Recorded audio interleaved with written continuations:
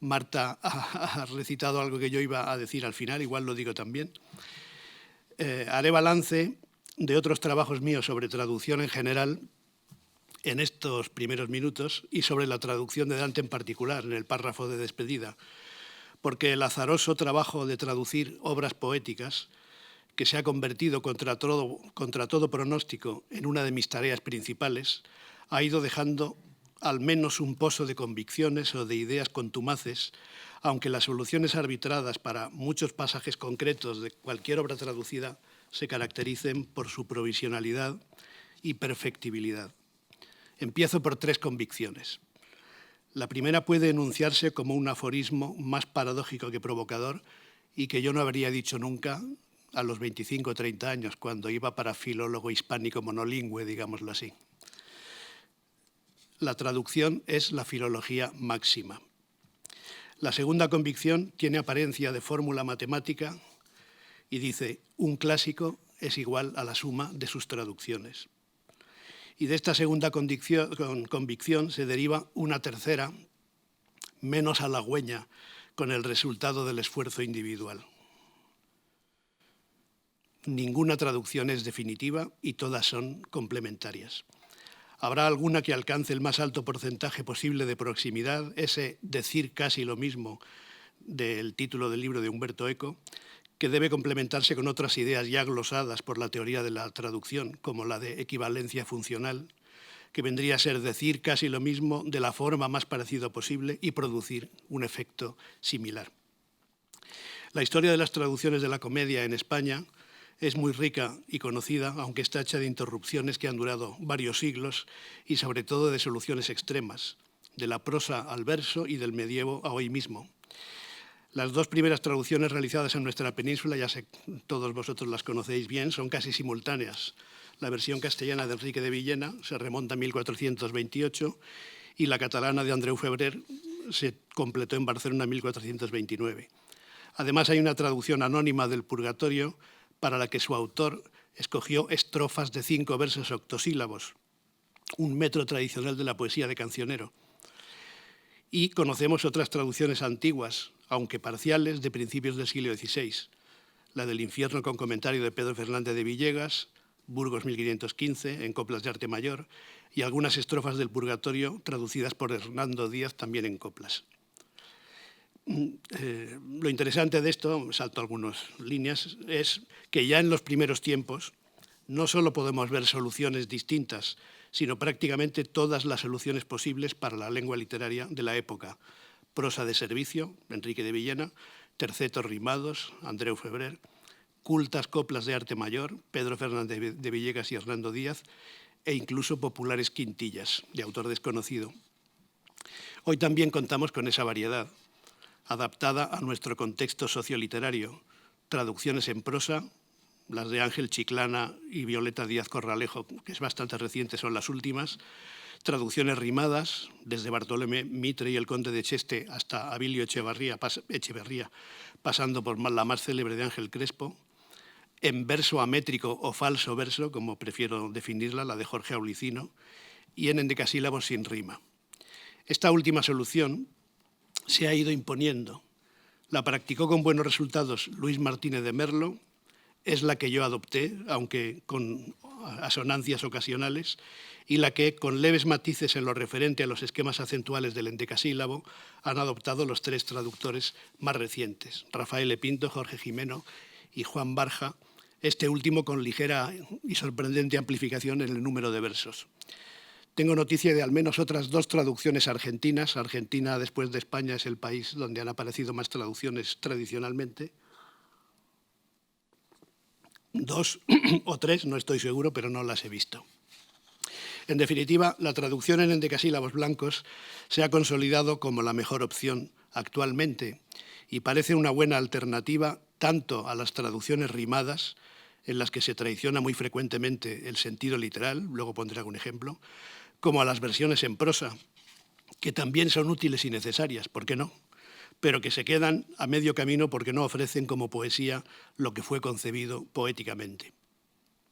Esa doble fidelidad ideal, al sentido literal y al valor literario, suma de rigor filológico y de intención poética es lo que me ha movido a traducir, insisto, contra todo pronóstico, entre otros autores más modernos, a Ausiàs March, a Ludovico Ariosto, a Jordi de Sant Jordi y a Dante Alighieri. Y al final ha sido un espacio en el que me he encontrado especialmente cómodo por la suma de filología y poesía, precisamente.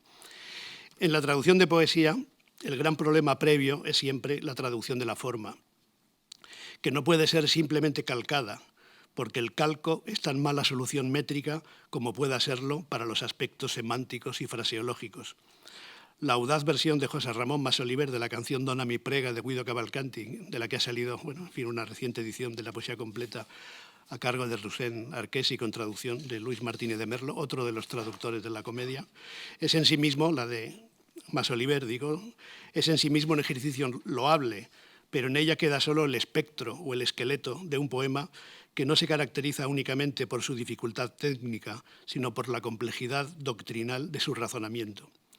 En textos tan alejados en el tiempo, es preferible una traducción que atienda a la sintaxis de la estrofa y no se obsesione con el mantenimiento de la rima, que suele obligar a los traductores a decir cosas que los autores no dijeron nunca, o a decirlos de una manera que desfigura el tono y el estilo originales. Los tocs de la rime de los que habló Verlaine son especialmente notorios en las traducciones, y en otros trabajos he puesto ejemplos de las versiones decimonónicas del Orlando Furioso que rayan en el absurdo. No es el caso de las últimas traducciones, las más próximas, de la comedia, las de Ángel Crespo y Ávilo Echeverría, las rimadas, más dignas y más acertadas que las de Bartolomé Mitre o el Conde de Cheste, pero casi todas ellas, por poner un ejemplo que puede servir para entenderlo, se empeñan en traducir, por ejemplo, nada más empezar la comedia, la simple paura del original, nel mezzo del cammin di nostra vita mi ritrovai per una selva oscura che la diritta vi era smarrita, quanto a dir qual era cosa dura questa selva selvaggia e aspra e forte que en el pensier rinnova la paura, que es una palabra que sale otras 2 veces más en ese canto y que nosotros no podemos traducir más que por miedo o algo parecido, ¿no? Pues bien, casi todos los traductores en rima decidieron traducir la simple paura del original con el anacrónico pavura, que distorsiona y condiciona la percepción estilística del relato. El término ya tenía resonancias humorísticas y arcaizantes en los tiempos de Quevedo, que parodió un episodio del Cantar del Cid en un romance que lleva por título precisamente Pavura de los condes de Carrión. Ese aparente rigor acaba siendo lo contrario de la fidelidad, y ahí se esconde otro gran debate de la teoría y la historia de la traducción, la reproducción de una lengua de época, como se traduce un texto medieval, en el que no voy a detenerme ahora.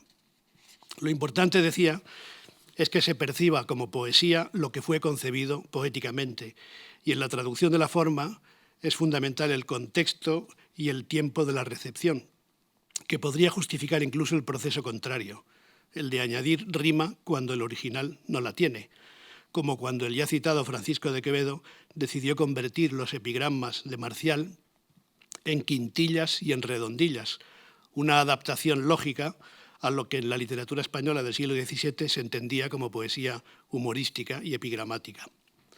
Pero las 1000 soluciones del título de mi ponencia no se refieren a las adaptadas históricamente por los distintos traductores, sino a la proliferación de soluciones que aparecen durante el proceso de traducción y que convierten la versión de un texto clásico en el castigo de Sísifo, o, por no ponernos tan dramáticos y decirlo en términos artísticos, en el verdadero arte del non finito. Ordenaré mis ejemplos a partir de una doble operación imprescindible al traducir, que ya he enunciado antes: respetar el sentido original y reconstruir el valor literario. Más allá de los criterios estéticos de cualquier traducción, enfrentarse a un texto antiguo de la trascendencia de la comedia implica la obligación de afrontar con rigor una larga lista de problemas filológicos.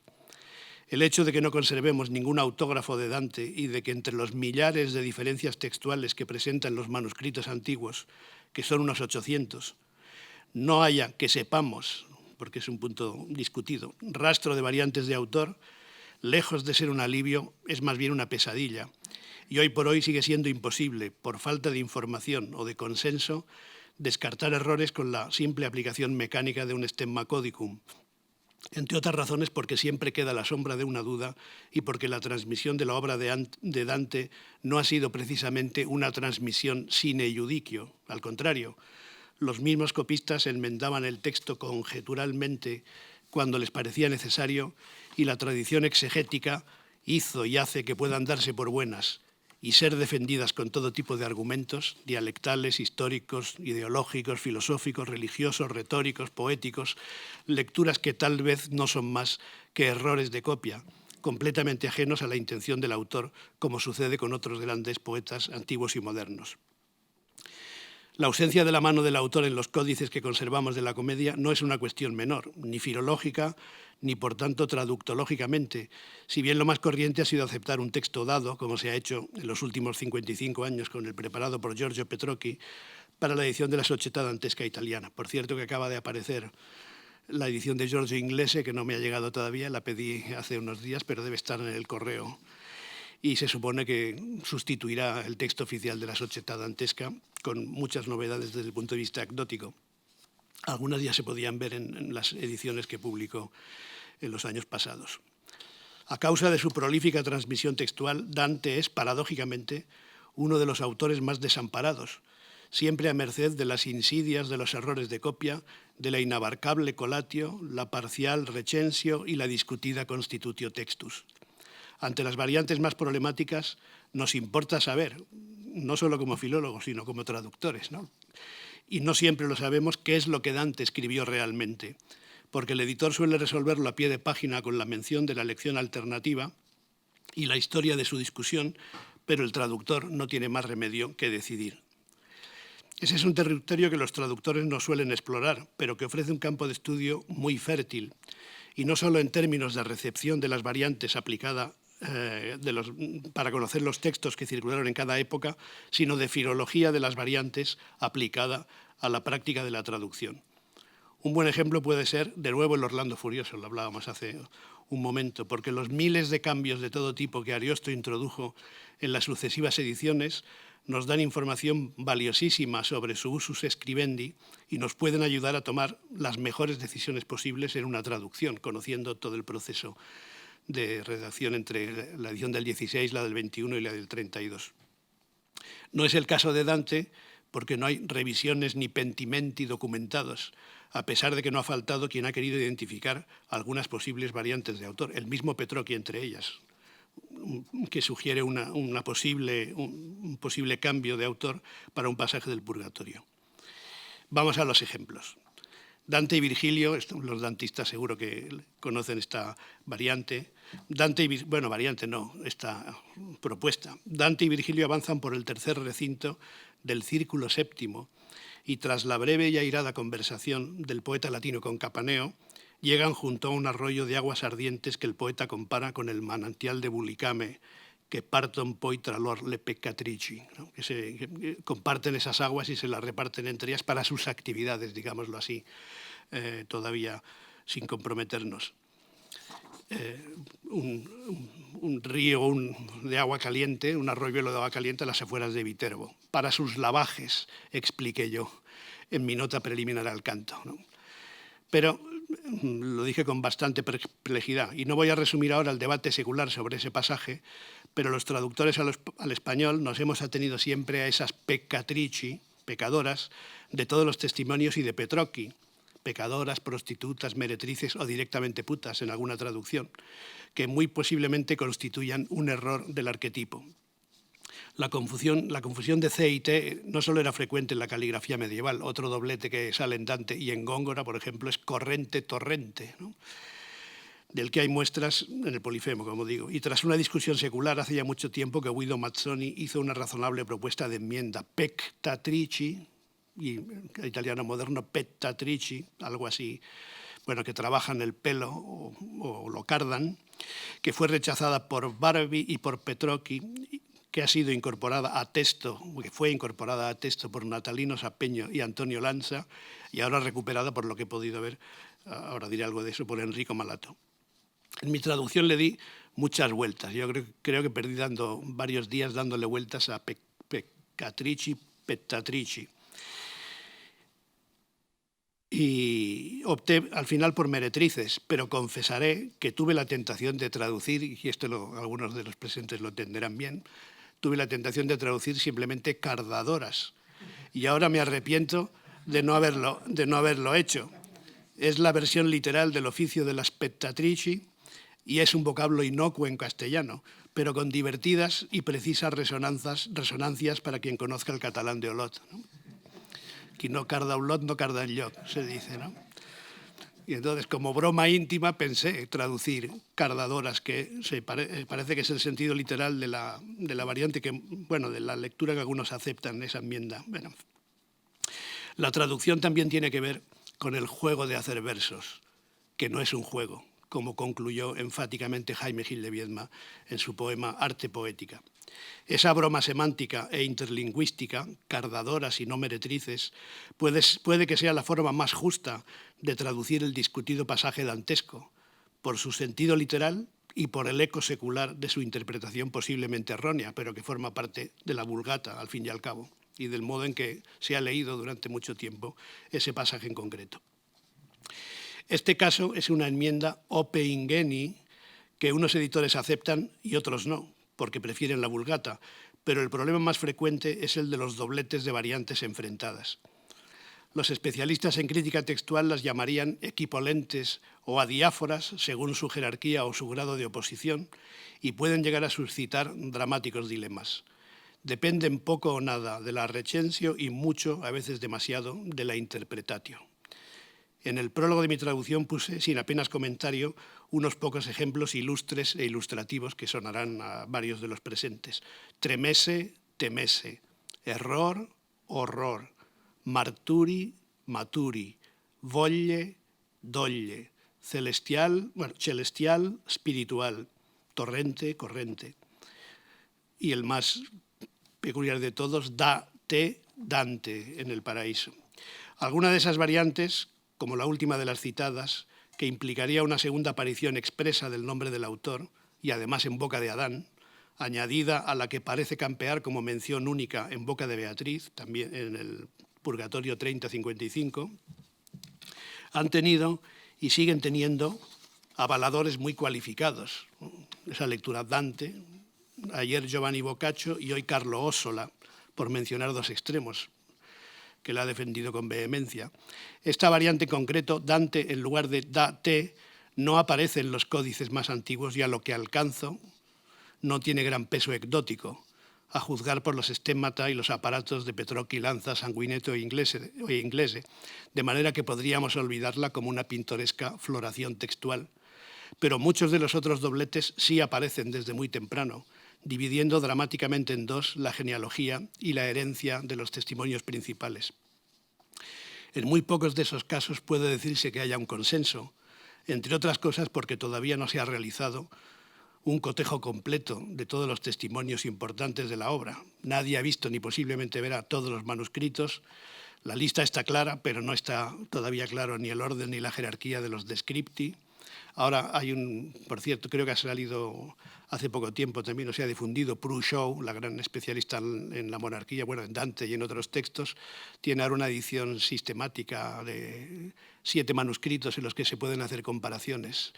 No recuerdo ahora la extensión, pero bueno, he hecho alguna prueba y es muy útil ver esa comparación, pero son solo 7 de los 800, pero en cualquier caso son 7 de los manuscritos principales. Lo cierto en este caso, a diferencia del Orlando Furioso, es que el autor escribió solo una cosa, sea la que fuere, mientras que la otra es el resultado de una deturpación material, una trivialización inconsciente o una enmienda conjetural deliberada, no siempre fáciles de evidenciar y demostrar. A los ejemplos que cité en mi prólogo y que he evocado hace un momento, podrían añadirse muchos otros en cualquiera de las 3 cánticas.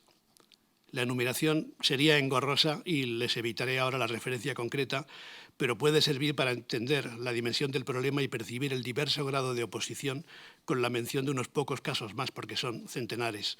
Mondo, moto, vede, rende, parte, porta, que parece inocuo en el infierno, pero que es más problemática en el purgatorio, porque se da 2 veces este caso. Citace, citace, vedrà, verrà, mosse, volse, move, mosse, mía, miei, ire, ira, esto es el infierno, picchia, nicchia, lali, la vela, que es donde Petrocchi pensó que podía haber habido un cambio de autor. Vicenda, ammenda, rocco, crocco, aver, voler, guardare, gradire, spungo, fungo. Salto algunos porque si no, no acabaremos. Guardaci, guardami, compartire, compatire, forse, sappi. Y en el paraíso Áquila, agulla, forte, tosto, de, di, gloria, grazia, uno de los más discutidos. Ha visto, ajustó, vivissime, vicissime, otra variante famosa. Por lo que he podido intuir de la consulta de muchas ediciones comentadas, entre ellas la más reciente de Enrique Malato, que es de las más extrañas también, un extraño ejemplar de muestra, lo pone así, ejemplar de muestra para ofrecer algo en el año del centenario y que contiene medio infierno y un apéndice con la nota al texto y un aparato de Levarianti que en realidad recoge solo las modificaciones del texto de Petrocchi. Pues bien, por lo que se puede intuir, el debate sobre esos dobletes no se acabará nunca y en la mayor parte de los casos será imposible saber lo que Dante escribió, bueno, una parte de ellos. El azaroso ejercicio de la traducción nos permite llegar a compromisos y encontrar soluciones salomónicas. En mi prólogo puse un ejemplo que recuerdo una vez más aquí, de Purgatorio 2.108, con la tradición textual y las ediciones modernas divididas entre dolle, que mi solea quietar tute mie dolle, y volle, que mi solea quietar tute mie volle, y que yo decidí traducir que apaciguaba todos mis afanes, con un sustantivo afanes que tiene algo de dolle, dolores, sufrimientos, y algo de volle, deseos, anhelos. Es un raro y precioso regalo del léxico castellano, pero en realidad hay otras formas de deshacer esos nudos gordianos. A veces se trata de sinónimos contextuales poco problemáticos y se pueden traducir sin mengua, como lo de mose, bolse, por ejemplo, que son en el fondo equivalentes en el contexto y no plantean problemas. Otras veces la distancia es mayor y cambian completamente el sentido del pasaje. Picchia, nicchia, gloria, gracia. La discusión es larguísima sobre esta variante. En muchas de estas ocasiones, el concepto de lectio difficilior, tan útil para el descarte de los errores mecánicos, está muy lejos de ser indiscutible. Otras veces, un modismo nos permite desactivar la oposición o fingir que no existe problema alguno, que quie bono con lali ecoi remi, o con levele ecoi remi. Yo traduje aquí con el modismo a vela y remo, ¿no? Y quedaba resuelto el problema, que cada cual impulse cuanto pueda su barca a vela y remo. Otras veces resulta claro el error, porque el copista intervino introduciendo una innovación o variatio donde no convenía, ajeno al énfasis retórico que el autor confió a la repetición con rima idéntica. Por ejemplo, per amenda, que se repite 3 veces, y en algunos manuscritos una de las 3 veces no dice per amenda, sino per vicenda. Otras, en fin, las variantes pueden sumarse y el hecho de saber que existen nos ayuda a encontrar una buena solución expresiva. En el importante canto 30 del Purgatorio, cuando Beatriz pide la atención de Dante, cuyo nombre además acaba de pronunciar solemnemente, dice guardami o guardaci, diferencia que en realidad es muy sutil y que no tiene mayor dificultad que la de aceptar o no el plural majestático, pero el sentido no cambia en exceso. Yo decidí traducir en este caso con una endíadis para expresar mejor la intensidad de un momento crucial del relato, trasladando al verbo imperativo el énfasis dantesco. Es un verso muy enfático. Mira, mírame bien, repitiendo 2 veces, aunque sea una sola vez la palabra en el original. Mira, mírame bien, sí, soy Beatriz. Ante el vaivén de las decisiones editoriales, decir que el texto más auténtico en estos casos es la traducción sería una butad digna de Pierre Menard, ¿no? Pero por ahí andamos, por el territorio de Pierre Menard. Pero es evidente que la traducción debe afrontarse como un ejercicio de responsabilidad filológica y se ve forzada a resolver lo que no han resuelto ni decidido las incertidumbres de la ecdótica o las disensiones de la interpretación. Pero la verdadera dificultad es la que implica la segunda operación, la reconstrucción del valor poético, que además es algo todavía más discutible que la cuestión léxico-semántica o gramatical de algunas variantes. Porque la lengua de Dante tiene tal concentración semántica y tal profundidad poética que una expresión que algunas veces han usado los traductores y de la que hemos hablado, la ley de compensación, ¿no? Compensar en un lugar lo que no se consigue en otro es impracticable en el caso de Dante. Yo he traducido, además de estas cosas largas que se han mencionado, bueno, relativamente, porque el Jordi de Sant Jordi no es muy largo, pero he traducido algunos motetes de Montale, muy pocos, creo que fueron 6 o 7, y es lo más difícil que he traducido, lo que he considerado más difícil de todo lo que he traducido. Y por tanto, pero Dante es la suma de los problemas de los motetes de Montale, es decir, del microtexto en el que no hay negociación posible, el traductor no puede, no tiene mucho espacio, y los problemas del macrotexto, evidentemente, por la extensión, que no es la del Orlando Furioso, pero también tiene su longitud. Por tanto, eso con esa negociación, esa compensación con Dante es algo que no se puede ni plantear, porque requiere tanta atención el texto minúsculo como el texto mayúsculo, y de hecho en función se entienden uno en función del otro. Algunos juegos derivativos y calambures, por ejemplo, también puse algunos en el prólogo, ¿no? Que son muy característicos. Yo ahí alguno lo conseguí, bueno, no, creo que no conseguí conservar ninguno, ¿no? Como el più volte volto del primer canto del infierno, o el extraordinario libito felicito del canto de los lujuriosos, ¿no?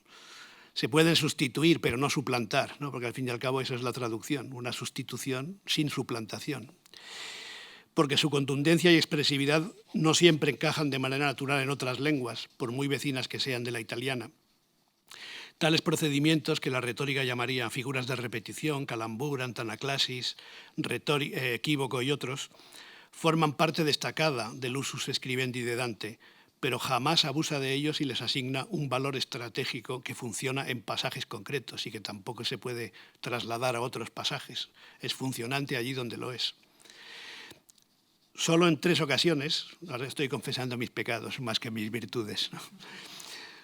Solo en 3 ocasiones, de manera consciente además, y a razón de una por cántica, hasta tal punto quise dosificar mis libertades, por así decirlo, añadí un juego de palabras a un pasaje original más neutro, lo confesé también en el prólogo. Aquí lo explicaré un poco mejor. En el canto 19 del infierno, Nicolás III reconoce su avaricioso nepotismo y explica por qué y cómo ha acabado en el 8º círculo. Dice que su lavere e qui me misi in borsa. Infierno 1972.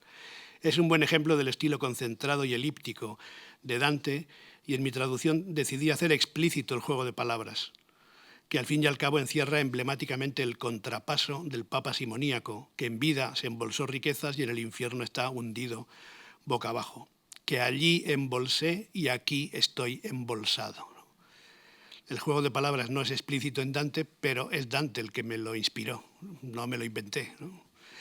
En la primera cornisa del Purgatorio, el iluminador Oderisi da Gubbio cuenta el caso de Provenzano Salvani, que, como él mismo y todos los soberbios, va de un lado para otro cargando una enorme roca, porque cotal moneta rende a sodisfar chi è di là troppo oso. De nuevo concentra Dante una rica información semántica en menos de una docena de palabras, que vienen a decir: esta es la moneda que paga, que es la, digamos, forma de expresión para el castigo, para dar justa paga a aquel que en la tierra ha osado demasiado. La metáfora monetaria para explicar el castigo me dio la clave para resolver el problema en el mismo espacio de un verso y medio del original, porque en castellano podemos decir de un soberbio que es alguien muy pagado de sí mismo. Por tanto, traduje: esta es la moneda que pagan los que han sido muy pagados. En el caso del Papa simoníaco, el juego de palabras estaba implícito en la elipsis verbal, pero aquí decidí añadirlo, como en el último ejemplo que pondré, esta vez del paraíso. Después de la melodía emanada del arcángel Gabriel en exaltación de María, el poeta describe el manto de luz que reúne en su concavidad todas las esferas del universo, y ese manto, dice, es el que più ferve e più s'avviva nell'alito di Dio e nei costumi. El que arde y más se aviva en el hálito y en las costumbres de Dios, en el modo de proceder de Dios, es lo que se puede entender de ese pasaje.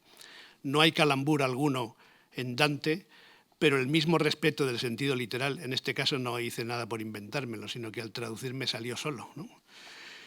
Nos lo sirve en bandeja. El que más arde y vive del hálito y el hábito de Dios. Espero que esto no baste para llamarme traditore. En otro orden de cosas, procuré mantener la contundencia fonética de los nombres de los demonios del canto 21 del infierno, y ahí sí que hay un espacio para la invención muy grande, ¿no? Y es incluso divertido comparar las soluciones de los distintos traductores, procurando no desvirtuar sus matices etimológicos, pero las soluciones son infinitas, empezando por el colectivo Malasgarras, cuyo original Malebranque se corresponde con el nombre asignado al octavo círculo, Malas Bolsas, y alude a la rapacidad de los demonios, tal vez por el apellido de una familia de Luca. Pues bien, aquí yo algunos son traducción muy literal, otros casos son más inventivos, como Libicoco Tramontano, ¿no? Esto es uno de los que decidí más o menos inventar, pero intentan ser traducciones fieles al humor de Dante al poner esos nombres. Me detendré también como ejemplo en el primer terceto, ¿no? El más famoso, el más simple y más difícil, el primero de todos, para hablar no de los pentimenti de Dante, que no los conocemos, sino de los míos, ¿no? Nel mezzo del cammin di nostra vita mi ritrovai per una selva oscura che la dirita via era smarrita. Ya no entro en si el qué va con acento, sin acento, en fin, cuestiones de traducción más bien. Yo traduje inicialmente a mitad del camino de la vida, me hallé perdido en una selva oscura porque me extravié del buen camino. Yo sabía muy bien lo que había pasado ahí, ¿no? Pero escogí esta traducción. Aparece 2 veces la palabra camino, que en Dante no aparece. El sentido no es particularmente arcano, al contrario, se entiende muy bien.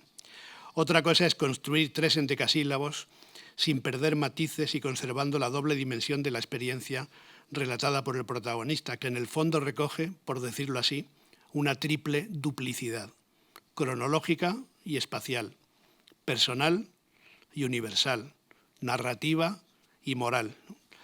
Esa doble dimensión, por 3, está muy clara, pero en español hay un matiz más topográfico en medio y similares y otro más cronológico en la mitad, ¿no? A diferencia del catalán, menos expansivo, de hecho, Josep María de Segarra se permitió añadir algunas palabras al primer verso para dar énfasis al trance del protagonista, al bell mig del camí de nuestra vida. Al traducir al castellano, a diferencia, digo, de otras lenguas, y esto vale para casi todas las lenguas de partida y desde luego para el inglés, conviene ahorrar sílabas. En una traducción métrica hay que ahorrar espacio. En medio, en el medio, en mitad, en la mitad, a la mitad, solo las primeras palabras ya tienen 6 posibles traducciones. Y no me meto ya en nuestra vida, que ha sido de lo más discutido, ¿no?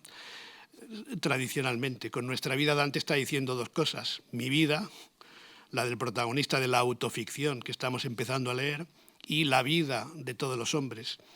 Y si hay que ahorrar sílabas y no podemos optar por ese nuestra que crea un verso hipermétrico, entonces hay que escoger o mi vida o la vida, ¿no? Y las 2 son lícitas en el fondo. Una más narrativa, sería mi vida, y otra más filosófica, sería la vida, ¿no? Porque esos 2 sentidos están en nuestra vida, en realidad. Ahí el plural majestático tiene también ese valor distinto del de Beatriz, cuando dice guardaci o guardami en el pasaje del Purgatorio. Yo escogí nuestra vida, más impersonal, pero no menos universal e igualmente indicativo de la condición del personaje como everyman. La aplicación de mis criterios de traducción da como resultado, como ya he dicho, la doble presencia de la palabra camino en el terceto, cosa que no sucede en el original, camin, vía. Fui consciente de ello porque pensé que debía quedar claro el sentido alegórico del pecado, del extravío moral, me extravié del buen camino, como resultado del abandono de ese buen camino. De ahí también la traducción de mi ritrovai por me hallé perdido. Para el primer verso tenía media docena de opciones, entre ellas el hipérbaton de nuestra vida en medio del camino, que es la audaz propuesta reciente de Rafael Epinto, que es una buena solución. Una buena solución semántica puede no ser buena, en cambio, estilísticamente, y desde que apareció mi traducción me quedé con el remordimiento de ese doble camino del primer terceto, y hace un año decidí incorporar otra de mis opciones a la cuarta edición. A mitad del camino de la vida me hallé perdido en una selva oscura por apartarme de la buena senda, que es un poco más moral, quizá, pero evita esa repetición de camino en el primer terceto. No hemos pasado de la primera estrofa y la selva de Dante parece más bien el jardín de senderos que se bifurcan, porque pocos versos después, en cuanto el protagonista se topa con el primer animal, se nos plantea otro problema, el de la traducción de la lonza, que en fin, también da para mucho. Se ha traducido de muchas maneras y en castellano se ha solido preferir la pantera, que a mí nunca me gustó. También podría ser onza, guepardo y otros, pero yo preferí identificarlo con el lince, y no tanto por las razones culturales que se pueden aducir por textos clásicos y bíblicos, sino por una razón que no dije en su momento y que parece caprichosa, pero que para mí es fundamental. Y creo que tiene todo el sentido, por la aliteración a distancia de las tres fieras que comparten la misma inicial, lonza, leone, lupa. Una traducción de la lonza que no empiece por L es una mala traducción. Y de ahí mi lince. Que la fonética podía ser tan importante para Dante como la semántica lo certifican sus acrósticos, entre ellos el del latín lue, peste, que es palabra muy adecuada para evocar en el contexto del primer canto, en el otro extremo de la obra, en el canto 19 del Paraíso. Me parece que es bastante revelador a este propósito por no recordar el maravilloso anafórico amor del Parlamento de Francesca, el criptograma de Dux y tantas otras cosas que ya se saben. Sí, estaba intentando recordar ahora un acróstico inverso que se ha propuesto recientemente, pero no lo recuerdo, no recuerdo exactamente la palabra. Un acróstico inverso, la palabra, pero en orden invertido. Bueno, pero por eso hay que estar atentos a los matices léxico-semánticos de muchas expresiones.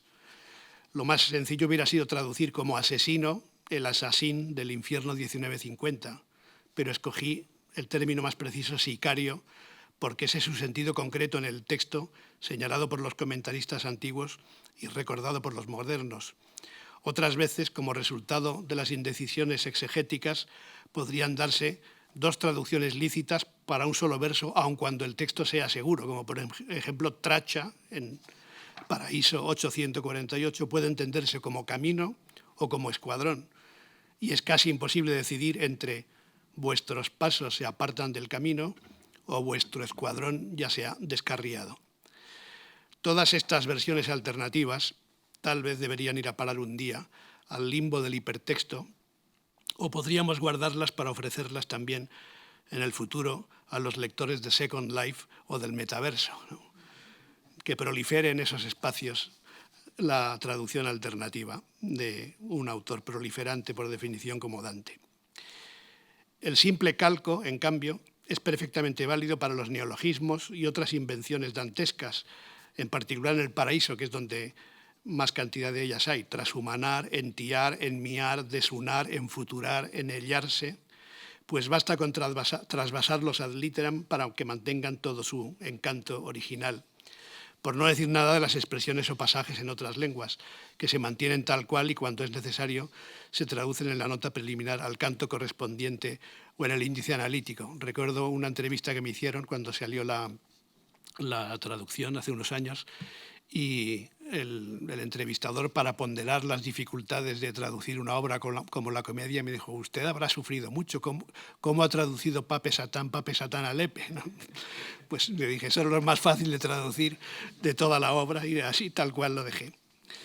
Bueno, entrando ya, digamos, espero no extenderme mucho, no, vamos bien, creo, porque también debemos dejar un espacio a la poesía, ¿no? Y evidentemente traducir una obra como la comedia de Dante es tener la posibilidad de aprender muchísimas cosas que no se sabían antes de empezar un trabajo como este. Y yo he aprendido muchísimo, no solo desde un punto de vista general, sino aspectos concretos de la comedia en los que yo no me había fijado, por más que la había leído en otras ocasiones, ¿no? Y que he valorado mucho a la hora de traducir, ¿no? Por ejemplo, la extensión homogénea de los cantos es una cosa en la que yo no había reparado. Sabía que existía, pero no había reparado en esa extensión tan parecida que entre el purgatorio y el paraíso solo hay 3 versos de diferencia, por ejemplo, ¿no? Y todos los cantos tienen una extensión en torno a los 140 versos, unos pocos menos, unos pocos más. Y eso me hizo pensar bastante sobre la planificación del trabajo de Dante, no solo lo que sabíamos ya de su empeño en escribir la comedia, sino el modo en que debió organizarse en una situación evidentemente difícil, sobre todo la de los primeros años del exilio. Y la planificación del trabajo implicaba también, obviamente, la optimización del tiempo y la delimitación del espacio. La potencial infinitud del libro de Dante se basa en su condición de obra cerrada y conclusa, supeditada a unos límites que evidentemente son algo más que tópicos de la escritura, como al final del Purgatorio. Si yo, lector, tuviese más espacio para escribir, ahora cantaría de aquel dulce beber que nunca sacia, pero se han acabado ya las hojas a esta segunda cántica asignadas porque el freno del arte me retiene. Esto para Dante era evidentemente mucho más que un tópico y al organizar mi trabajo de traducción le agradecí mucho que él hubiera organizado también el trabajo de escritura, porque cuando empezaba la traducción de un canto del Orlando yo no sabía cuándo iba a terminar, ¿no? Ariosto seguramente tampoco sabía cuándo lo iba a terminar, pero Dante sabía exactamente cuánto iba a ocupar cada uno de los cantos y eso facilitó en un sentido el trabajo de traducción, ¿no? Que lo concibiese en precisos términos materiales de extensión y de materia escriptoria incluso. Porque a mí me gusta pensar, no sé si se puede decir, pero como lo pienso lo diré ahora también, ¿no? Que la gran virtud de Dante en el contexto de la historia de la literatura universal es que en realidad encierra los 3 grandes géneros. Es lo mejor de la novela, porque es una novela en verso, y siempre que puedo la defino así, por tanto, el relato de gran extensión, obviamente lo mejor de la poesía, porque está escrita en verso, pero también tiene lo mejor del relato breve, lo mejor del cuento. Cada canto es una maravilla de estructura, concebida en realidad como un cuento, independiente pero sometido a un conjunto. Y por tanto volvemos a lo de la difícil negociación, ¿no? Desde el microtexto al macrotexto, evidentemente todo es funcionante en la obra, en la comedia. Y pongo algunos ejemplos de libertades que me tomé o que creí que debía tomarme, porque la caracterización de los personajes es uno de los grandes puntos fuertes de Dante. Se podrían mencionar muchos, pero uno de los que más me gusta a mí es el de Farinata, en el canto 10º. Y es el único caso en que he traducido un adjetivo de Dante con 2 adjetivos en castellano. El único caso, creo, de amplificatio en la traducción. Cuando dice «ma quell'altro magnanimo, a cui posta restato mera, non mutò aspetto, ne mosse collo, ne piegò sua costa». Ese magnánimo puede resultar equívoco en el castellano de hoy, evidentemente, no así en el italiano ni el castellano de entonces, pero en lugar de traducirlo con una sola palabra, lo traduje con 2, magnánimo y altivo, para contribuir a la caracterización del personaje cuyos gestos y posturas describe Dante magistralmente a lo largo de todo el canto, con la cabeza alta y embarado, dice de la primera impresión que recibe. Casi con desprecio me preguntó, precisa poco después, y además en el momento retóricamente muy logrado en que un airado Farinata retoma el hilo de la conversación para no dejar sin réplica la pulla de Dante tras la interrupción, no menos tensa, del padre de Guido Cavalcanti. Pero el otro, magnánimo y altivo, seguía erguido sin cambiar semblante, ni mudó pose, ni movió una ceja.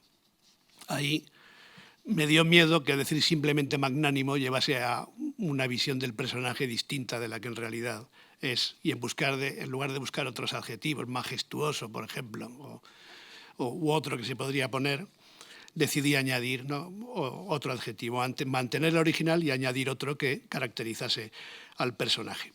Ya digo que creo que es mi único pecado de amplificatio, por lo menos consciente, pero está claro que traducir es intervenir, como en el encuentro con Brunetto Latini, que ese «cuál maravilla» que casi siempre veía yo traducido como «qué maravilla», y aquí yo traduje como «vaya sorpresa», ¿no? Otra de las obras extraordinarias es el canto 19, el de los simoníacos, evidentemente. Y ahí percibí un tono completamente distinto de los anteriores. Esto la crítica lo ha estudiado muy bien, evidentemente, pero yo como lector y traductor vi que ese canto en concreto nos preparaba para las grotescas truculencias de los cantos siguientes, pero además tiene una independencia retórica muy clara. Es una obra maestra de la construcción del relato, con elementos de cohesión en varios ámbitos. En el argumental, con el detalle de la agitación de los pies. Primero caracteriza a todos los simoníacos, después singulariza a uno de ellos porque los agita más, y este personaje, Nicolás III, tras la conversación con Dante, los agita aún más frenéticamente. La ley del 3 de la que tanto se habla, o el 3, también es funcionante en estos términos casi ancestrales o de poética del relato, ¿no? Esta ley del 3 en Dante funciona bastante. Todos mueven los pies, hay uno que los mueve más y al final los mueve más todavía, después de la intervención de Dante. Otro elemento de cohesión en ese canto es más bien de carácter retórico y desde la invocación inicial, «Oh Simón Mago, miseri seguace delle cose di», bueno, nos sitúa en el ámbito de la vituperatio y nos prepara para la filípica de Dante contra los papas, con expresiones que van cimentando semánticamente la idea de que lo que se va a decir es la verdad. De ahí la comparación con las pilas bautismales de Miobel San Giovanni y el relato de una experiencia personal, también muy discutida, pero que al menos tiene la función de convencer a los incrédulos, así lo dice. Cuenta una anécdota para decir, esto es la verdad. E questo sia sugel cognomo sganni.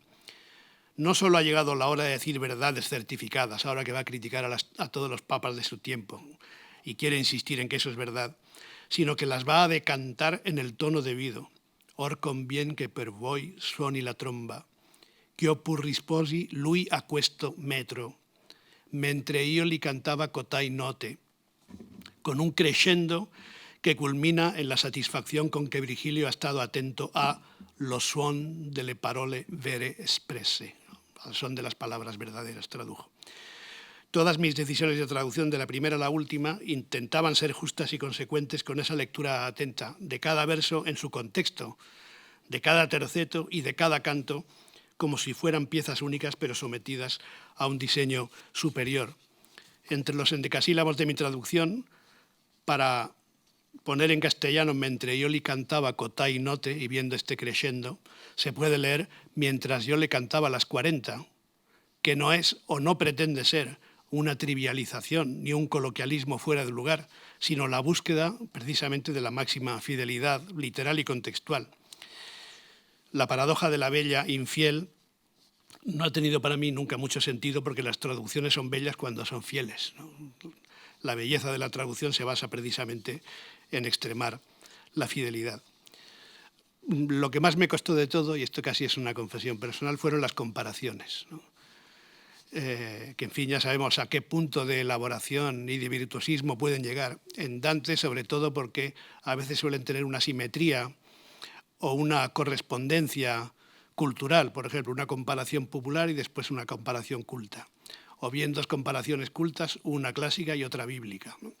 Y tienen normalmente una elaboración muy compleja. Una de las más complejas está en el bellísimo canto de Ulises, el 26 del infierno, cuando ven las luces al fondo del valle y hace una comparación elaborada con las luciérnagas que ve un campesino, ¿no? Quante il vilán ch'al poggio si riposa nel tempo che colui che il mondo schiara la faccia sua a noi tien meno ascosa, come la mosca cede alla zanzara, vede lucciole giù per la valea, forse colà dove vendemmia e ara, di tante fiamme tutta risplendea l'ottava volgia, sì come io m'accorsi, tosto che fui la bel fondo parea. Los 9 versos de esta elaborada comparación son un buen ejemplo del necesario equilibrio entre una lectura microtextual, pues no hay prácticamente ningún elemento al que pueda renunciarse, y la necesidad de entender globalmente ciertos pasajes que pueden aislarse para ser reescritos con mínimas libertades. Aquí, en lugar del quante, tante, yo traduzco como, así, haciendo un poco más clara la correspondencia, sin desvirtuar la estructura sintáctica del original. En la comparación dantesca, seguida con sabia simetría de otro símil de igual extensión, pero de carácter bíblico, los 9 versos siguientes, Dante y Virgilio ven las lucecitas de las almas en el fondo de la octava bolsa. Bueno, leo, digamos, por leer algo también en castellano, como cuando reposa el campesino en lo alto del cerro, en la estación en la que el astro rey se esconde poco y las moscas dan paso a los mosquitos y divisan el valle en sus viñedos o quizá en el sembrado las luciérnagas, así distinguí yo todas las llamas que relucían en la octava bolsa en cuanto mirar pude hacia su fondo. Es el resultado de una reescritura completa intentando respetar lo esencial sin que se pierda ningún elemento, con esas luciérnagas muy molestas desde el punto de vista métrico, porque como palabras trújulas mejor ponerlas al final del verso. De hecho, Ángel Crespo tradujo gusanitos de luz, quizá no cuando habla de lúchole, ¿no? Y en fin, a veces la misma estructura métrica dificulta. Yo la puse aquí al final de verso, pero la otra cuestión, digamos, lo más difícil para mí de la traducción de Dante fueron estas comparaciones, este tipo de elaboradas comparaciones. Pero evidentemente, y luego pondré un ejemplo rápido, la unidad del terceto, el respeto sintáctico a la unidad del terceto compensa en buena medida el sacrificio de la rima. Luego pondré un ejemplo más, ¿no? Porque, por leer algo de Purgatorio y Paraíso que los tenemos un poco olvidados, perché meno ammiri la parola guarda il calor del sol que si fa vino junto al amor que de la vite cola. Para que no te asombren mis palabras, mira cómo el calor del sol, uniéndose al humor de la vid, se vuelve vino. Lume non è se non vien dal sereno che non si turba mai, anzi, è tenebra o d'ombra de la carne o suo veleno. No hay otra luz que la del no turbado cielo, pues lo demás solo es tiniebla o sombra de la carne o su veneno.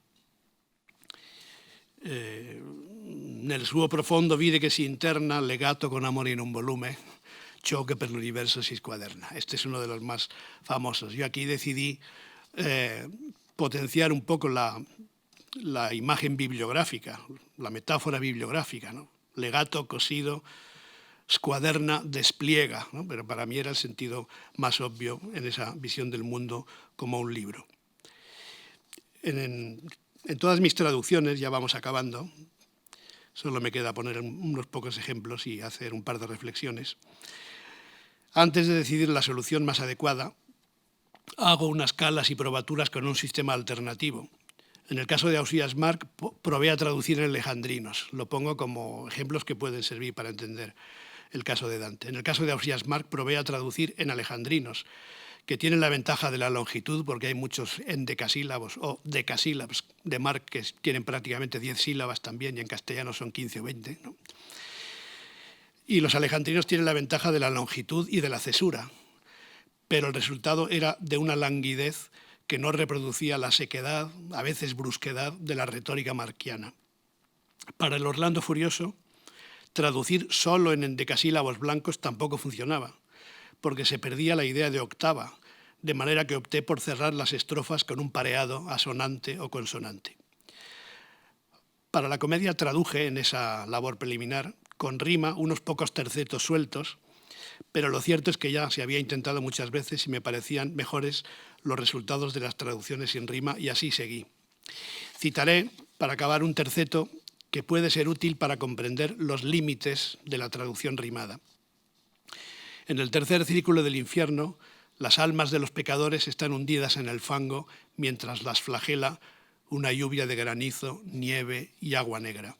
Virgilio y Dante van avanzando sobre ellas. Noi passavam su per l'ombre che adonna la greve pioggia e ponavam le piante sopra l'urbanità que par persona.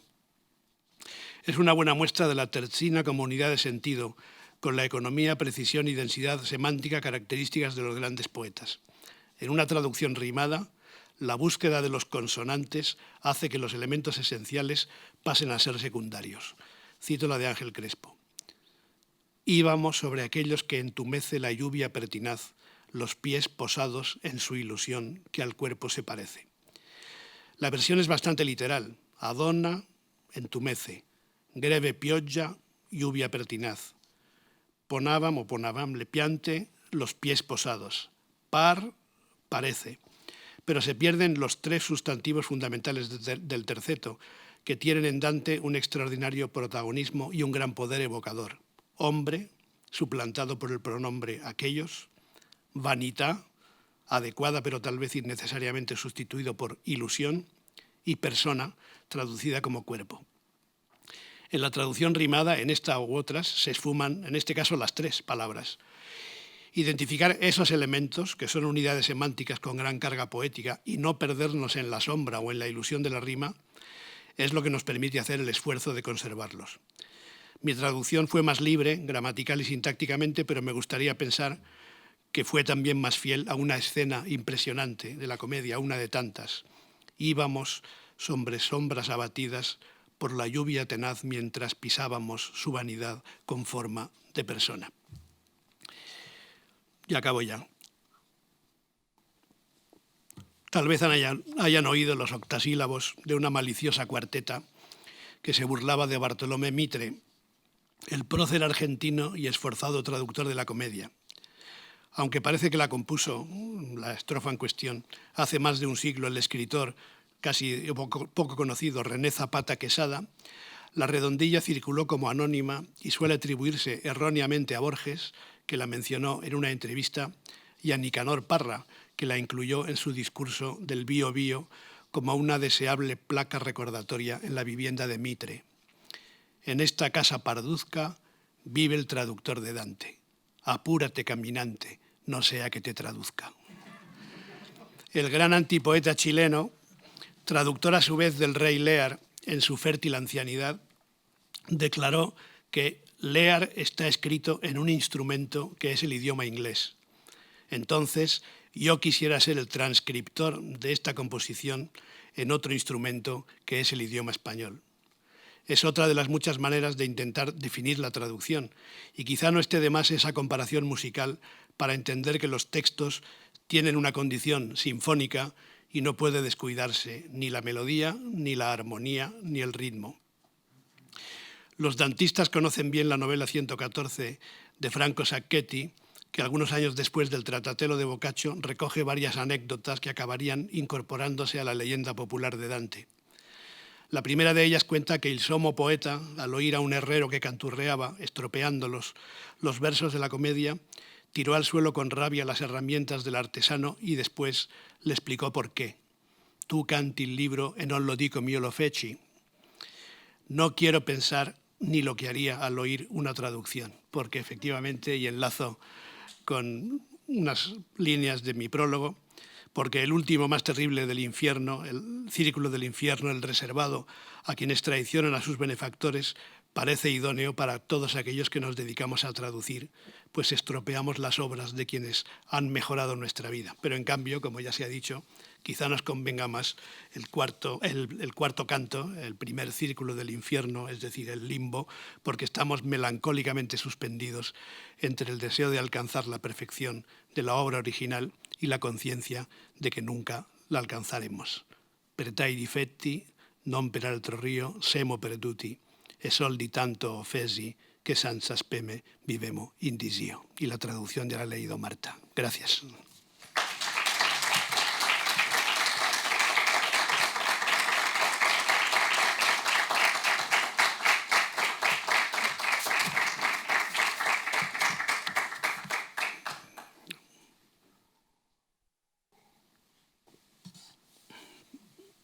Bueno.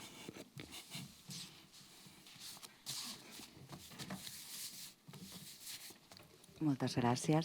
Si algú vol fer algun comentari així de cloenda o alguna pregunta, aprofitant que et tenim aquí. No? El Marcel.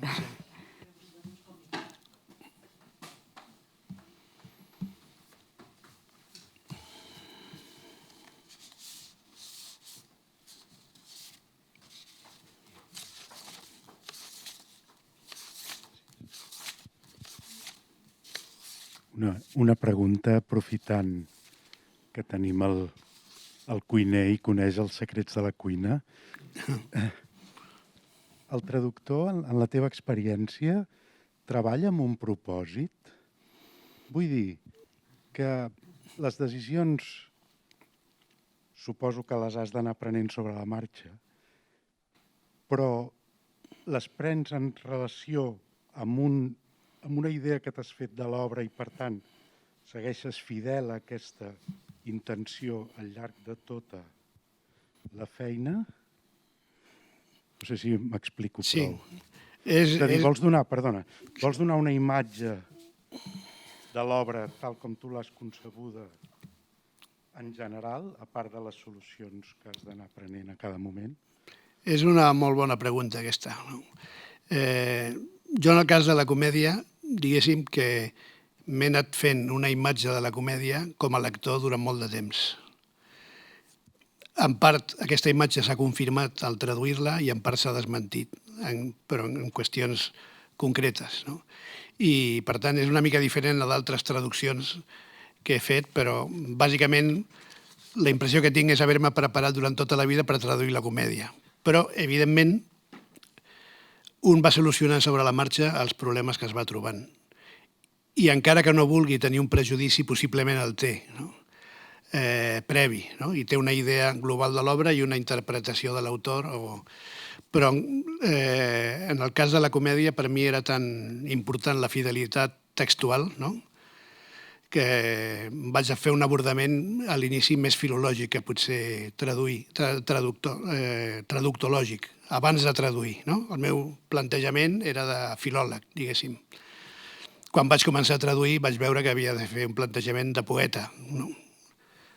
Un plantejament poètic, i per tant traduir per lectors de poesia del segle XXI.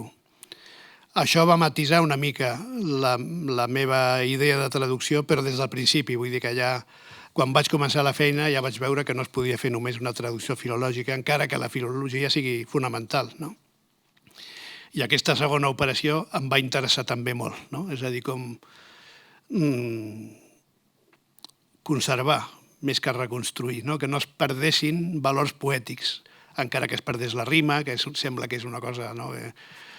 Que sembla fonamental, però evidentment també ho és el fet de que es rebi com a poesia allò que era poesia fa 700 anys. No? I la poesia ha evolucionat molt. Per exemple, una cosa que sí em preocupava era més aviat la qüestió, anava a dir dialectal o lingüística, no? La situació del castellà en el moment en què jo vaig traduir, després de 700 anys o més d'una literatura més o menys consolidada, era molt diferent de la situació de la llengua que Dante decideix escollir. No?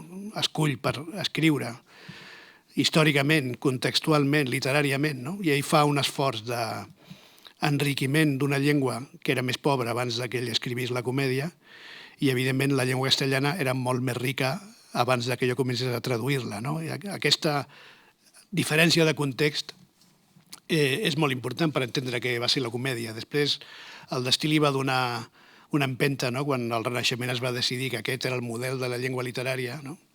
Cosa que no ha passat en altres. No? De fet, el professor Cicuto el primer dia va dir, no, que els italians tenien aquest avantatge de poder entendre amb totes les dificultats la comèdia, però nosaltres, des d'un punt de vista general, per nosaltres el llibre de Buonamor, per posar un exemple castellà, ella em va posar un d'anglès i un de francès, si no recordo malament, no? Chaucer i Chrétien de Troyes, no? Però es podria dir el mateix del llibre de Buonamor. Aquell castellà per nosaltres és molt més allunyat que l'italià de Dante respecte als italians d'avui. No? I això sí que em preocupava, i per trobar una llengua que fos no inventiva, perquè no podia ser inventiva. El dels neologismes és relatiu, no? Els neologismes del traductor són aquells de l'autor, però Dante té molts elements d'invenció lingüística que en una traducció no hi ha, perquè tens, això sí, no? Pensar en Cardadores, per exemple, i el seu eco, no? Les possibles significacions que pugui tenir, o d'altres detalls d'aquest tipus, però la llengua ja està configurada. No? I això sí que em preocupava, diguéssim, a l'inici. I crec que és intraduïble aquest aspecte. No? És a dir, la situació de l'italià de Dante és intraduïble. Després estava la qüestió mètrica, no? Que també amb el Rafael Pinto i amb en Juan Varela n'hem parlat alguna vegada, no? Que Dante utilitza més varietat d'endecasíl·labs que en la traducció. Però clar, és traducció entre sistemes literaris, no? I per tant, per un lector espanyol acostumat a la poesia de Garcilaso, a la poesia fins i tot dels autors del segle XX, aquest endecasíl·lab molt característic del segle XX que s'ha fixat en uns pocs models, doncs l'accent en quarta i setena, per exemple, no és tan freqüent com ho és en la comèdia, no? I per tant, la meva traducció a vegades és més melòdica des del punt de vista mètrica que l'italià de Dante, no? Però n'hi ha també versos en quarta i setena en la meva traducció. N'hi ha uns quants, no n'hi ha tants com a Dante, però n'hi ha. I aquestes són les dues coses, bàsicament, que em preocupaven inicialment. Però després, jo penso que el traductor ha de tirar endavant i ja està, anar solucionant problemes, no? Que bàsicament és això, anar solucionant problemes sobre la marxa, fer-ho de manera coherent i que el resultat vagi bé, no? Una de creu als dits quan comença i anar endavant. S'ha de reflexionar una mica abans, però jo, per exemple, no vaig mirar cap traducció de les que hi havia. Quan vaig començar a traduir no vaig mirar, bueno, ni cap dia, cap traducció. I un dia seria interessant fer un estudi que valdria la pena, perquè ara he estat un temps a Mèxic i m'ha escrit un senyor que s'ocupa d'intel·ligència artificial, que s'ha quedat molt frustrat perquè diu que estan molt lluny de la traducció automàtica i aquestes coses, no? Però valdria la pena fer la comparació, ara que n'han sortit tantes, i veure quants versos comparteixen les traduccions modernes de Dante, que són poquíssims, no? I fins i tot haurien de ser més, no? N'hi ha molts pocs versos que siguin idèntics, no ho he mirat sistemàticament, però n'hi ha una gran varietat, precisament això, les 1000 maneres de traduir Dante estan aquí, no? Però diguéssim que faig una reflexió prèvia i després ja la solució dels problemes conforme van apareixent.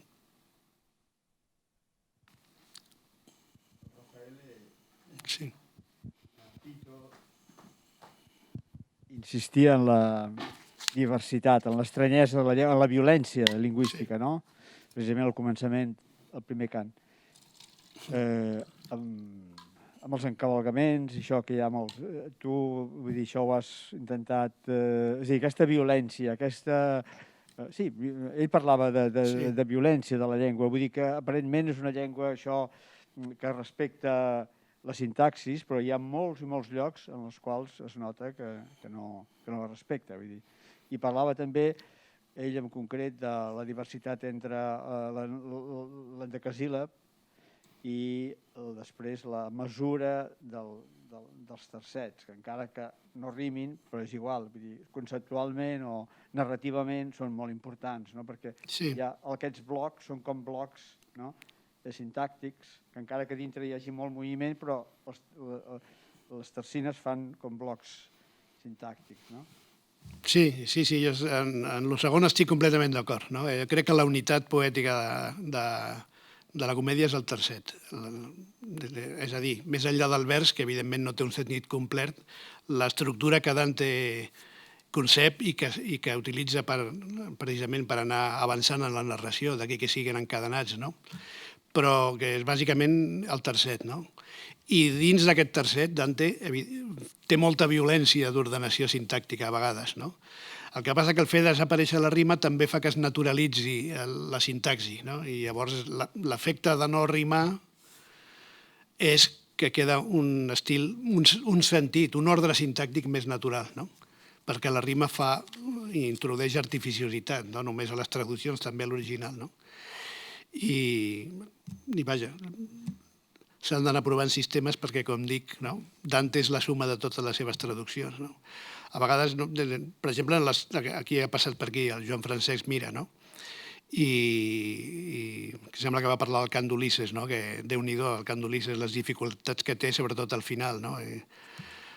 I jo vaig també molt dubtar molt com traduir al final d'aquest cant en particular, perquè n'hi ha moltes ambigüitats.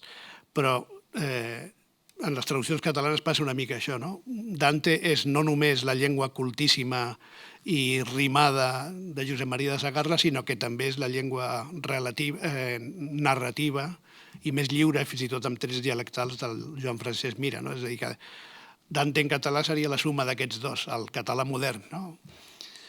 Perquè un d'ells sempre s'escriu amb una idea que pot acabar sent un prejudici, no? Per exemple, Ángel Crespo deia això de o terza rima o nada, no? I jo crec que això és un prejudici, perquè hi ha moltes formes de traduir la comèdia, fins i tot, que ja ho he dit, en prosa. Podria haver un gran escriptor en prosa i fer una gran comèdia traduïda, no en un sentit de prosa de servei, sinó de prosa literària. Podria donar molt bon resultat. Passaria també això, que en la llengua encara seria més natural, l'ordre sintàctic encara seria més natural.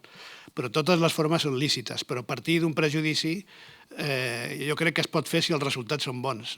I en el cas de les traduccions rimades, jo vaig fer algunes cales al principi, com he dit, mirar una mica les traduccions. Ho vaig fer també per l'Orlando Furioso. En el cas de l'Orlando Furioso era desconcertant, perquè s'inventaven animals que l'Ariosto no citava, deien el contrari del que l'Ariosto havia dit, vull dir, un llibertinatge complet.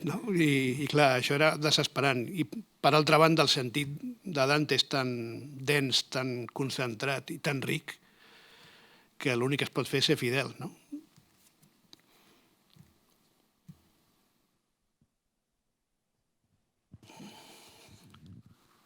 Complimenti per il suo lavoro. Io ho una domanda, se mi è permessa, in questo contesto dantesco.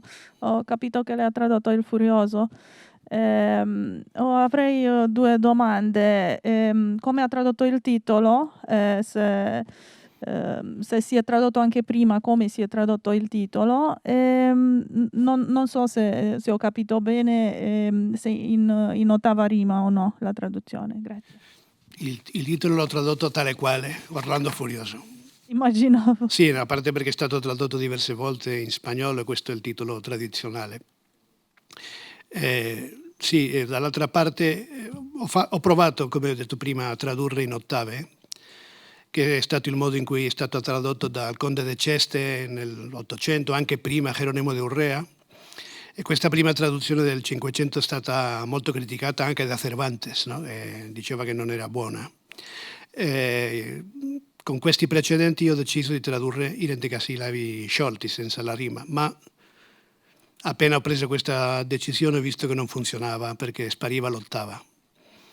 E dunque ho deciso di tradurre in versi sciolti, tranne che per la rima baciata finale.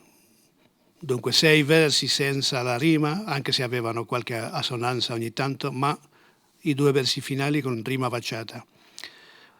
Consonante o le più volte assonante. Anche questo in italiano la rima assonante non è proprio rima, ma per la letteratura spagnola l'assonanza è una cosa che funziona storicamente. Dunque ho deciso di chiudere la strofa perché se non facevo così si perdeva l'idea di ottava, sì, come la terzina è fondamentale per Dante, l'ottava è fondamentale per l'Ariosto, perché ogni ottava ha la sua, quasi è un poema, è una poesia in sé, e poi si incatena con le altre poesie e alla fine fa questo relato lunghissimo. La ringrazio. Prego.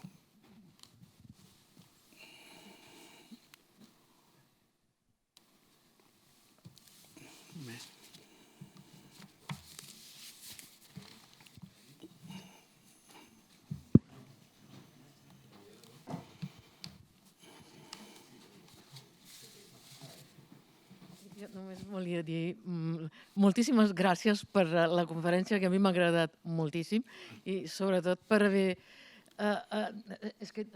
donar riquesa de tota la problemàtica, de tot com ha arribat, de tot el camí, i la cosa que m'ha deixat realment admirada i absolutament sorprenent, com davant del que tu has dit de les bifurcacions de les lliçons de la tradició textual, com davant d'això, que un s'hauria de perdre totalment en aquesta selva, com has arribat a fer de necessitat virtut i aprofitar per buscar allà on podia ser, diguéssim, vies neutres, intermèdies, que poguessin fins i tot recollir la recepció. És a dir, com aquesta traducció és una traducció alhora de Dante, però també de tota aquesta recepció de la qual va lligada l'obra, no? Com hauria de ser un estorb, d'alguna manera, tot això, i com, en canvi, has intentat fer-ne un enriquiment, no?, de la traducció. Era només això que volia. Moltes gràcies, t'agraeixo el comentari, perquè de fet això forma part del sentit del text, no? 700 anys després tot això s'ha anat acumulant i per tant, canviar la Vulgata és a vegades difícil, no? I llavors, tenir en compte també els errors o els possibles errors és una forma de tenir informació sobre el text original i si no es pot decidir, doncs almenys utilitzar aquesta informació positivament, no? I treure d'aquí un resultat, perquè al cap i a la fi, algunes edicions són anotades, altres no. Jo vaig fer unes notes preliminars a cada cant, no? Però del problema textual, encara que em va donar molta feina, no en parlo a la meva traducció, no? Però per mi era fonamental almenys intentar anar resolent aquests problemes. O sigui que gràcies.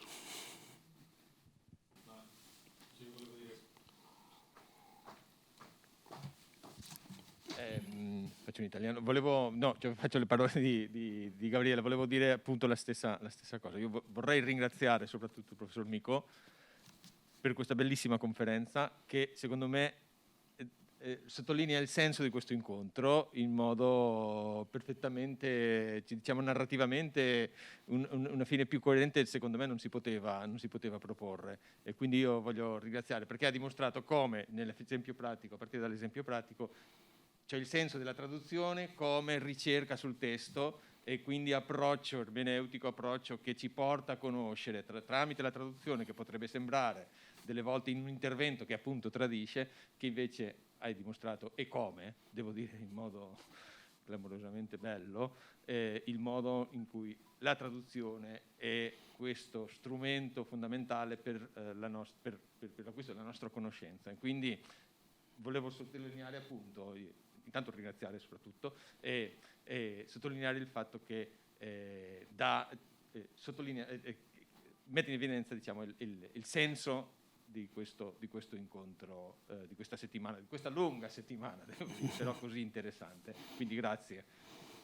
Grazie a te, Eduardo. Grazie. Se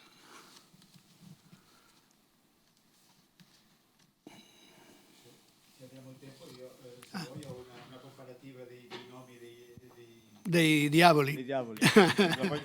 Sì, certo. Sul computer. Si può accedere al computer?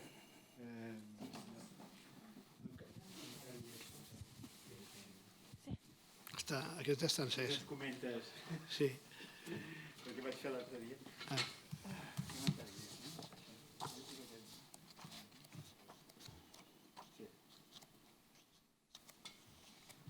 Perché avete fatto ci sono alcune coincidenze, però anche differenze.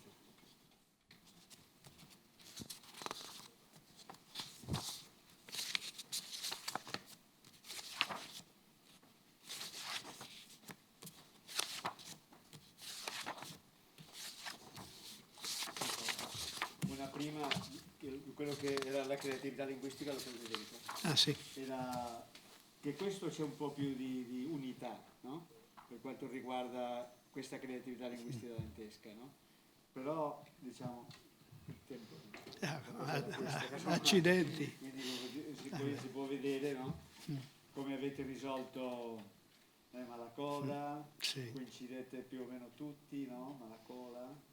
Pero invece Scarmiglione, Desgreñao, Greñudo, Arrancapelos, Desgreñao, Greñas Locas, Pinto, poi Aliquino, Alirroto, Alituerto, Aligaccio, Alicorto, a las caídas, eccetera, non so. Sì. Ah, perdó, sì, perdó. Vabbè. Non so se... Mi sembra che qualcuno è un po'... non ho situato bene. Calcabrina, Sì. che era... Qui c'è, mi sembra... No, vedi, c'è il Perrazzo che è Cagnazzo. Non corrisponde. Calcabrina será, sí. Calcabrina, dice Barba... No, Calcabrina... Debes qual è? traduir Pisanieves. Pisanieves, sì. Pisanieves, però... Ah, Pies Fríos. Pies fríos. Pies Fríos, o patas Crespo frías. traduce Pies Fríos, Pata Helada, Pisa escarcha. Patas Frías, Pitas- Pisanieves, sì. y pisa escarcha. I Pisa Scarcia. Ci sono... El més inventiu és Raffaele. Més inventiu, no? Sì, sì. E poi, non so, Barba, cos'era? Barba... Libicocco, che parlavi prima, che corrisponde a... Libicocco. Tramontano en mi caso. Pero Tramontana. Quindi, Salido. Tramontano. tempestuoso. Sì. Putagnero. Può essere? Putagnero, braghettero, no? Deve essere lo stesso, no? Será, no sé. Non so. Bisognerebbe metterli assieme in modo diverso perché così non...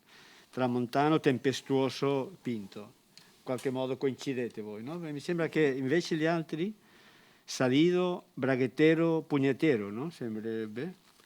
Sí, o sea, habría que ver cuáles están en rima, por ejemplo, en Echevarría y en Crespo. Claro, sì, Eso podría ser interesante. sì, sì.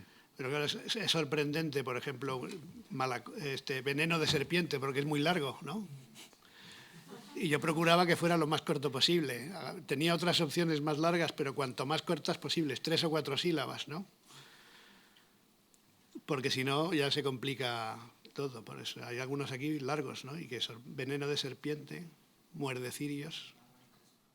Quizá para como un verso que necesitaba alguna sílaba más, ¿no? Sí. Bueno, en fin, esto era un poco... Sí, però sí, és veritat que és verdad che è vero che questa è la parte dove l'inventiva si può liberare di più perché... Sì, sì. Invece per quanto riguarda, anche questo è creatività linguistica, no? Applicata, però invece qui c'è un po' più di coincidenza, no? Mi sembra, si india, cioè... Però in alcuni casi, in altri no. Ad esempio, tu cosa hai tradotto? Sì, adios más próximo, però forse per... Sendiosa, sì. Invece se indiosa Pinto, questo, sì. adios se aproxima Martínez de Merlo, se dei gloria, no? Echeverria. Qui c'è, sotto di questo c'è una cosa interessante, che ci sono tanti neologismi, ma pochi all'inferno, pochi al purgatorio, molti in paradiso. Mm-hmm. E ho avuto proprio nella conversazione con Brunetto Latini, no? Come l'uomo s'eterna, no? Questo mi ha posto un grande problema a me, no? Ci ho pensato molto perché era, non dico l'unico neologismo, ma quasi, era uno molto inventivo in un contesto in cui non ci sono delle invenzioni. E altre delle cose che voglio rivedere perché ho fatto una specie di perifrasi, la eternidad que el hombre alcanzar puede, che mi insegnò la eternidad che l'uomo alcanzar puede. Ho fatto dell'economia prima per mettere questo, no? Ma avevo altre soluzioni, ma non mi sono azzardato a dire che se infutura, come l'uomo si infutura, no? Si eterna, come l'uomo si eternizza, perché eternizzare in spagnolo è una cosa diversa, non è proprio un neologismo. Mm-hmm. Dunque, o inventi una parola o lo dici in un modo diverso, ma eternizzare non è un neologismo, non sarebbe una giusta traduzione. Ho avuto questo problema in quel punto lì, con la consolazione che non ci sono tanti neologismi, invece in paradiso ci sono tanti. Sì, ora vedo anche di più, no? Di quanti ne ricordavo. Sì, c'è una domanda lì. Vabbè. Non so se vuole parlare di questo. Ma no, la mia questione è: ma i neologismi Dante non è che li crea per il gusto di creare dei neologismi, li crea perché ha bisogno della rima. Cioè l'inventività di Dante è costretta dalla terza rima. In alcuni casi sì, in altri invece penso di no. C'è un po' di tutto. Alcuni, come l'Homme Eterna sì, per esempio. Qui è forzato dalla rima e è una di quelle ragioni in cui ho detto guarda, qui forse per la rima io ho deciso di questo neologismo lo traduco in un modo perifrastico, ma invece in altri, nel Paradiso non è sempre la rima, invece. Penso. Anche il conto sillabico, cioè sceglie un sinonimo invece di un altro secondo la lunghezza sillabica di cui ha bisogno. E gioca sulla variabilità con cui può dire indicare lo stesso referente extralinguistico andando a cercare l'occitano, l'italiano o il latino e il latinismo.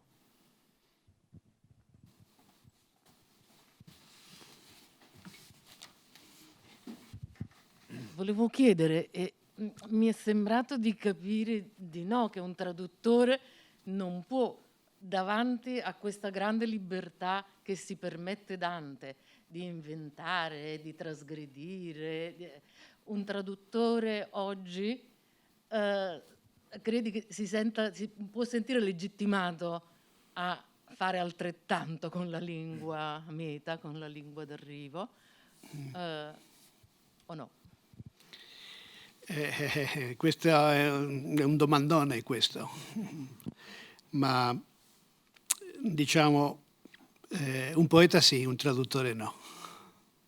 E un poeta traduttore? Neanche, un poeta traduttore neanche, perché è al servizio di un altro poeta. Io questo ho pensato che è sempre così. Sarebbe molto facile inventare, fare un'altra cosa. Per esempio, io penso che si può fare un'opera poetica ispirata alla commedia, fare una cosa diversa, ma tradurre è un'operazione molto particolare, diciamo. Si deve tradurre quello che l'autore ha detto in un modo simile a quello che ha usato l'autore e provare a creare, come ho detto nella conferenza, un effetto, questa è la parte più difficile, un effetto simile a quello che hanno provato i primi lettori di Dante, ma non siamo i primi lettori, siamo gli ultimi e dunque questo effetto è accumulativo, quello che leggiamo e traduciamo oggi è diverso di quello che hanno letto al 300 e al 400 i primi traduttori, no? È un testo diverso in realtà, ma l'operazione di tradurre è una libertà condizionata, diciamo, condizionata al fatto di essere rispettoso al massimo. Diciamo, io per fortuna, no, non purtroppo, per fortuna ho deciso di tradurre solo grandi poeti. E dunque questi non ti lasciano molto spazio. I cattivi poeti ti lasciano tanto spazio, anche ti chiedono di migliorarli. Ma come si fa a migliorare Dante? No, non è possibile, no, non è davvero possibile. E dunque sei costretto a dire qualcosa di simile a quello che hanno detto, no? Trovare altri modi alternativi, no? Ma diciamo lo scopo è il rispetto, lo scopo è il rispetto, anche al senso letterale. Io dico sempre che la metafora e la letteratura fanno parte del senso letterale quando parliamo di poesia e dunque rispettare al massimo il senso letterale di Dante significa tradurre le metafore, tradurre le immagini, eccetera, eccetera, per trovare un risultato poetico, anche quello. Io avrei un'altra domanda, se mi è permessa, Sì, sì. che era, tu sei filologo e quindi, oltre a poeta, quindi però diciamo, se non ricordo male, l'apparato, diciamo, peritestuale, o come diceva Giudini oggi o ieri, è ridotto abbastanza, no? Le note sono abbastanza ridotte, sì. E poi c'è il dizionario di personaggi e l'introduzione. Quindi come ti sei posto? Cioè, comunque sono diversi momenti in cui si interpreta, no? In qualche modo. Quindi, qual è il rapporto fra tutte le parti? Come ti sei posto il problema del rapporto fra le parti interpretative? Anche questo, sì, ci ho pensato molto. Per fortuna ho convinto gli editori di pubblicare il testo come commedia. Anche questo forse è un capriccio, ma comunque mi sembrava doveroso. Ma quando abbiamo parlato delle caratteristiche dell'edizione, anche in quel momento ho deciso per esempio, quello magnanimo e altivo, sarebbe roba di un commento, forse una nota al calce, no? Invece alcuni di questi problemi li ho risolti nella traduzione, dunque ho tradotto anche come filologo esplicativo, diciamo così, no? Questo l'ho fatto ogni tanto perché sapevo che era un'edizione per i lettori in generale, i lettori di cultura media o i lettori di quella casa editrice, che è una casa editrice famosa, ma le edizioni non sono con un grande commento, non volevano delle note, non volevano più di 1000 pagine, li ho convinto a fare questo indice che mi ha dato un lavorone. Quando avevo già finito la traduzione, queste 100 pagine dell'indice mi hanno dato un lavoro pazzesco, tanta roba da torcere, no? Ho lavorato molto in quell'indice lì perché era quasi il sostitutivo delle note, no? E poi ho scritto una breve prefazione di una pagina, erano all'inizio quasi 2 pagine, anche quelle ho dovuto tagliarle e alla fine una concentratissima pagina di introduzione ad ogni canto e tra l'indice, la traduzione, queste note qua e il prologo anche, risolvere dei problemi che in una edizione col commento come la vostra, per esempio, che è la prima volta che si fa un commento di questo genere in spagnolo, no? Sono diverse, anche in quel caso lì la traduzione è diversa. E dunque anche questo ho pensato a questo anche, sì.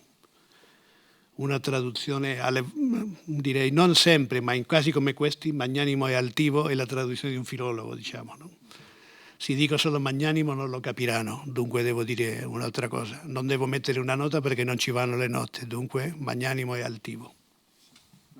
Prima, questa mattina, si parlava di sociologia del libro, no? E quindi si parla poco di quanto l'editore ti impone, no? La collana, il pubblico al quale va diretta quel libro, voglio dire che questo condiziona l'edizione, no? Sì, anche condiziona tantissimo l'edizione. Sì, io pensavo al testo a fronte, no?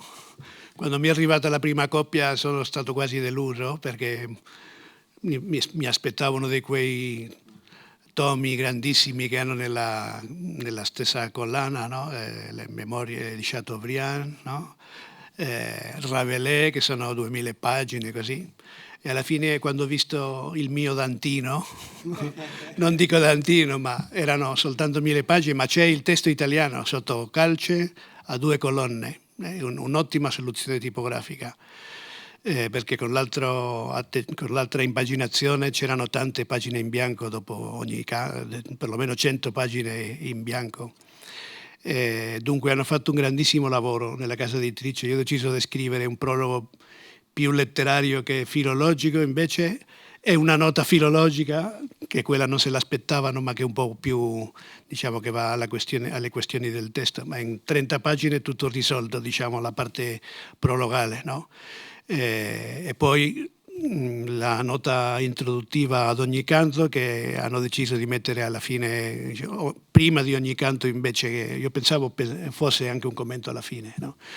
Tutte le note introduttive alla fine del volume, ma comunque anche questo sì, è molto importante perché il risultato, no? Pensiamo anche al titolo, no? Diciamo, le edizioni che stanno uscendo ora anche in Italia dicono sempre la Divina Commedia, no? E anche questo mi sembra bene, mi sembra giusto perché è il risultato della tradizione, no? Ma io concretamente ho voluto soltanto la parola commedia perché ci pensavo all'autore, diciamo, no? Ma i 2 titoli sono funzionanti, no? Un altro editore forse non avrebbe accettato, no? Invece Acantilato ha accettato di stampare soltanto commedia, no? ma ci sono anche queste questioni commerciali, editoriali, no? Di tradizione. Io penso che questo sia molto importante anche per finire, no? Dobbiamo pensare per chi traduciamo e non traduciamo per Dante, che ci manderebbe a quel paese, no? Possibilmente. Traduciamo per un lettore di oggi.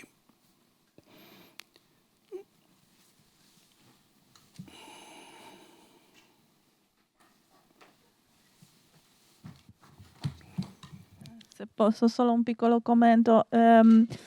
Per il romeno, per esempio, queste cose tipo Sin dias eterna non sarebbe possibile tradurle, cioè, con sensusa o cose del genere. Dunque i nostri traduttori hanno usato sempre una traduzione un po' più spiegativa, come ha detto lei, tipo l'uomo diventa eterno, una cosa del genere.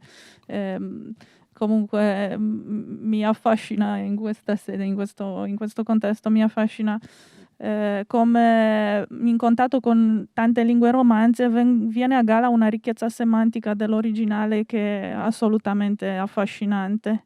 Sì.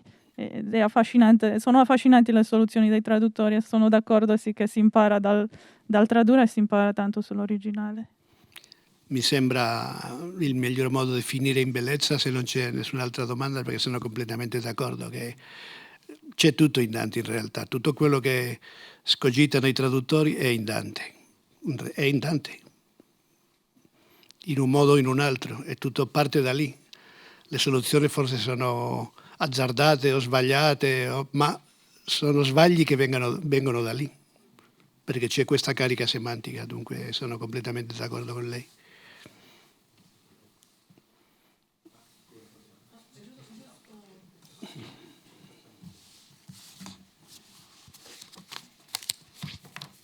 Lei parla di peccato di amplificazione, ma penso che non è un peccato.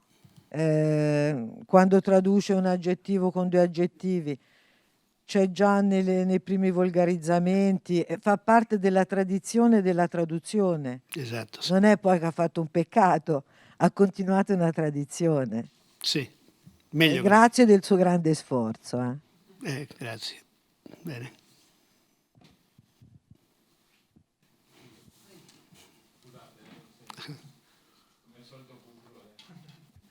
Sì, io vorrei, non so se ci sarebbero altre domande, perché non voglio essere io, come dire, sempre prendo.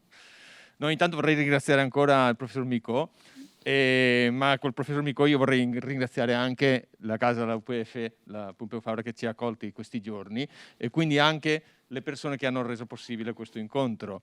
E quindi soprattutto chi è stato, diciamo, nell'organizzazione, quindi il professor Arches, Marcello Ortin, ci terrei tanto a ringraziare. Poi soprattutto so che questo è stato oggetto di una punizione, non so quale sarà il contrappasso che mi aspetta, siccome non è diretto, non è stato rivolto a me la proibizione, io mi posso permettere di ringraziare pubblicamente, e ci tengo a farlo, Guillem e Marta, senza i quali questo incontro non sarebbe stato qui.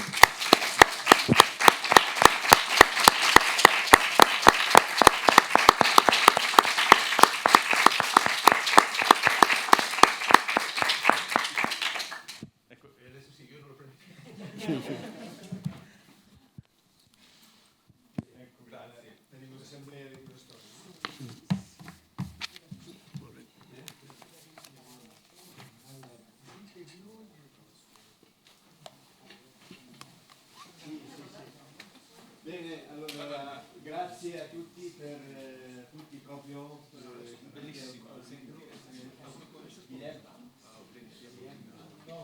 Una partita grazie a tutti proprio a tutti per gli interventi, grazie a tutti di nuovo per aver sopportato questa maratona, che effettivamente è stata una maratona. Però insomma mi sembra che i risultati sono ottimi, tenteremo di pubblicare, se non tutto, proprio tutto, almeno tutta questa parte moderna che è la più coesa, no? Quindi vedremo un attimino dove, come, eccetera, però insomma aspettate la nostra comunicazione, però sicuramente troviamo il modo di...